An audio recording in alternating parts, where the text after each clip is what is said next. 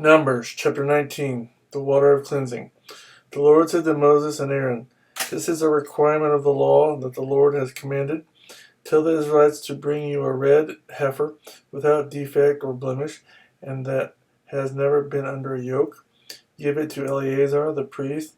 It is to be taken outside the camp and slaughtered in his presence. Then Eleazar the priest is to take some of its blood on his finger and sprinkle it 7 times toward the front of the tent of meeting. While he watches, the heifer is to be burned, its hide, flesh, blood, and offal. The priest is to take some cedar wood, hyssop, and scarlet wool, and throw them onto the burning heifer. After that, the priest must wash his clothes and bathe himself with water. He may then come into the camp, but he will be ceremonially unclean till evening. The man who burns it must also wash his clothes and bathe with water, and he too will be unclean till evening. A man who is clean shall gather up the ashes of the heifer and put them in a ceremonially clean place outside the camp. They shall be kept by the Israelite community for use in the water of cleansing. It is for purification from sin. The man who gathers up the ashes of the heifer must also wash his clothes, and he too will be unclean till evening. This will be a lasting ordinance both for the Israelites and for the aliens living among them.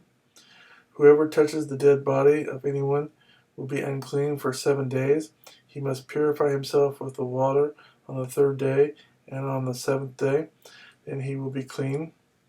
But if he does not purify himself on the 3rd and 7th days, he will not be clean. Whoever touches the dead body of anyone and fails to purify himself defiles the Lord's tabernacle.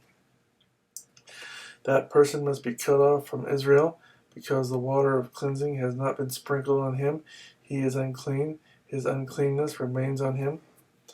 This is the law that applies when a person dies in a tent. Anyone who enters the tent and anyone who is in it will be unclean for 7 days, and every open container without a lid fastened on it will be unclean.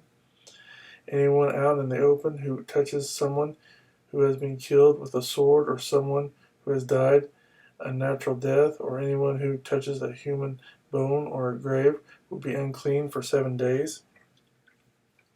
For the unclean person, put some ashes from the burned purification of offering into a jar and pour fresh water over them. Then a man who is ceremonially clean is to take some hyssop, dip it in the water, and sprinkle the tent and all the furnishings and the people who were there. He must also sprinkle anyone who has touched a human bone or a grave, or someone who has been killed, or someone who has died a natural death. The man who is clean is to sprinkle the unclean person on the 3rd and 7th days, and on the 7th day he is to purify him. The person being cleansed must wash his clothes and bathe with water, and that evening he will be clean. But if a person who is unclean does not purify himself, he must be cut off from the community, because he has defiled the sanctuary of the Lord. The water of cleansing has not been sprinkled on him, and he is unclean. This is a lasting ordinance for them. The man who sprinkles the water of cleansing must also wash his clothes, and anyone who touches the water of cleansing will be unclean till evening. Anything that an unclean person touches becomes unclean, and anyone who touches it becomes unclean till evening.